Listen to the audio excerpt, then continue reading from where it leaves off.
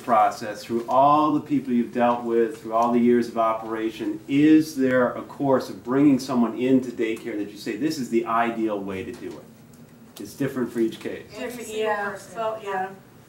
We don't, And that goes back to what I've said a whole bunch of times already. The better we know the person coming in and what they're like, the longer the conversation with the caregiver and the family, the better we can serve and figure out what's going to work for that person. We're not cookie cutters. We're not going to say, oh, well, they have this illness, so this is what they need, this is what they do, this is what they'll understand. You know, how dare we consider that, you know, everyone's the same because of an illness. We wouldn't do that. How do you handle the medications? Do patients bring in with them if they're due at a certain time? Well, what we do is, I just want to point out, we have about 65 people on our census right now. I give out 6 medications to 6 people. That's it, 6 medications. So you can see it's not a really high number. By law, if we don't like our people to transport their medication. Most of the folks at Care Club have memory disorders, and you know, Helen might come over and see Luann's medication and pick it up and think it's hers. So we try not to let our clients deal with their medications at all. We do have a few really early stage volunteers who are still kind of dealing with their medicines, but I keep my eye on that like a hawk. So and once the first problem, okay, now Luann has to do the medications. We get them like a prescription labeled, the whole 9 yards, and we keep enough.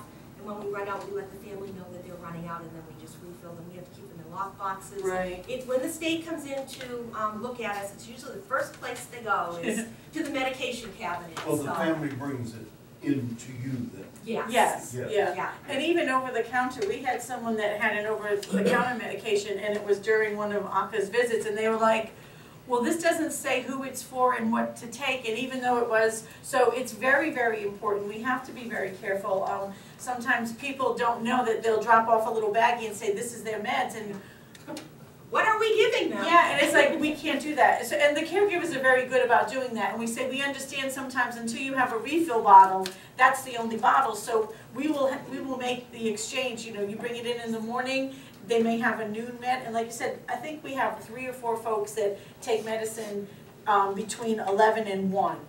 90% of the time it's in the morning or at the evening. But yeah, that's very serious stuff. And if there's a med change, we go through we send information to the physician, they sign off on it, because we want to make sure, because one of the first things that would happen if we had an emergency, and thankfully we've never had to have service at Ardent Manor, one of the first things anyone will ask is what medication are they on? Even if they don't take medication while they're here, sometimes the families say, oh, we only give it to them at night. Well, gosh, that's valuable information. I'd rather have more information about your loved one and not need it than that one time they say, well, what medication are they on? Oh, they take it at night. That could be a matter of life-saving. So we're very careful with all of that. Helen, do you keep a daily diary of each of the patients? We keep, what we do is we call it charting. We have an idea of what the folks have eaten, the percentage of what they've eaten. Our goal is to have people engaged and active, and if we reach that goal, we say yes, we jot down some of the things our guests participated in. If there's a change in what is on the schedule, and they do, we have another document. There's a lot of paperwork, but we do keep track, and we see the interest. And sometimes, like Luann said in the beginning, this group, this guest may be involved in this group. They're very into arts and crafts, and maybe as the illness progresses or another activity comes up, they're into the table games. So it's documented that our guests, what their interests are, how their day was, and if there was socialization or not, and their meal. And the family look at those? Yeah, sure. And the ACA, which licenses us, also gives us specifics that we have to have paperwork. You know, quarterly, we at least have to do a review on everybody. Right. Care plans. But any major changes, there's our files are fat files. Did I see enough? Yeah.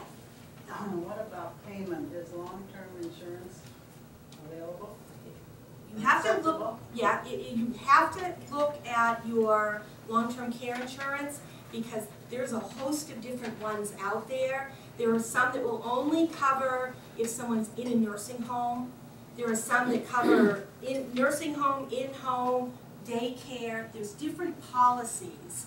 I used to be able to figure those policies out, now they've gotten kind of crazy. So I usually tell families, if they have long-term care insurance, call your representative and ask them if it covers daycare.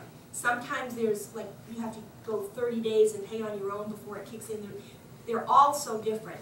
The way we handle it is someone does have it, the family pays us, I send the bill to the insurance company reimburses the family.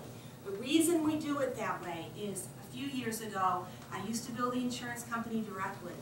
And this particular company kept switching the representatives over, and we went 2 years without being paid. And because we're not the policyholder, we can't do anything. We can call and complain all we want. But finally, you know, the family was able to get that taken care of. But it took 2 years. They deal with you a lot easier than they deal with us. Right. So. And we do that the same way too. We get paid and then we send all documentation, invoices, hours, dates, everything that they need to reimburse you. And Lexi's great at sending it out in a timely fashion because some people have deadline dates. And we want to make sure that you get your money as we get ours. What are the costs and where are you located? I think you're down on, No, oh, no, That's out in Quartz. yeah. The assisted living facility. Yeah, we're Ardent with the T. We're on 41 by Andre Steakhouse, and we're $10 per hour, which includes everything. We're out on Santa Barbara Boulevard, 1800 Santa Barbara Boulevard, and ours is based on a sliding fee. The minimum is 20, the maximum is 55. We also are Medicaid approved. We have some other funding sources, so when folks come into us who have needs, we can sometimes, there's a long waiting list, but we encourage families to get on that waiting list because everybody is given a number, for lack of a better word, and if your number works, sometimes you do get services. You know, if people are in crisis, sometimes their names can come to the list a lot quicker. that cost was per what, hour? No, that's per day. Yeah. Yeah, per day. Yeah. We don't really do an hourly. We either do a half a day or a full day, pretty much. So. Helen, do you have a minimum number of hours? Yes, 4.5 hours, and we're also with the Medicaid waiver program and helping long-term care insurance. And and then also sometimes there is a break if people do a 1 month or a 3 month membership. There's some cost saving there for our folks. Do you have brochures? Yes. They have brochures, and we include them in our packets that we hand out to new families because we're such proponents of daycare. You guys do a great job. You know, you're dealing with in most cases, a disease that's not curable. It's a decline. How do you guys cope with that and handle the fact that this does take a toll on your staff and yourselves? Well, I'm going to share. This month, Care Club has been in existence 20 years. So, Yeah. And I'll tell you right now, it's a lot harder for me than it was years ago because now I'm seeing spouses and children of family members that I've already taken care of. And I'm finding that really difficult to deal with because when someone comes to me and I've never met them and I know nothing about them, I can just wrap my arms around them and they are who they are. Now when the daughter comes to me who used to take care of her mom and she now has a disease process, I'm like you guys. I know that person before the disease struck her. It's harder. It's really harder for me because I keep comparing, oh, well, they used to be able to do this. Why can't they do this anymore? I really almost fall into that family role that I see caregivers that fall into. On a personal level, both of my grandmothers had dementia. One died in her early 70s, full-blown, in a nursing home, didn't know anybody. It was a horrible experience watching someone that I love so much go through that disease process. My dad's mom lived to be almost 107 and died because she choked on some food.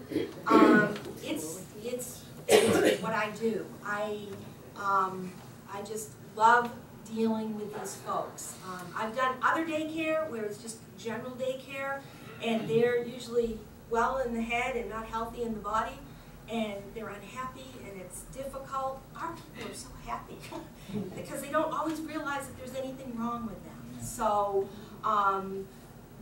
what I get from it is just helping other families not have to go through those horrible choices. Both of my grandmothers were placed prematurely. My dad's mom lived in a nursing facility for 26 years of her life.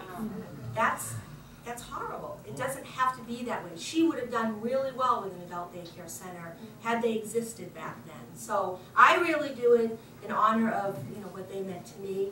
I work hard, I play hard. I have a fifth wheel, I love to fish, I love to golf, I love to hike.